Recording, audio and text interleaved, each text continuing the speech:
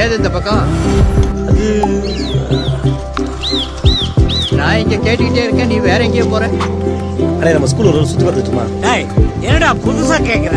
உங்க ஸ்கூல்டா போய் பாரு. கொஞ்சம் எல்லாரும் உங்க லைஃப் ஒரு நிமிஷம் ரீவைண்ட் பண்ணி பாருங்க.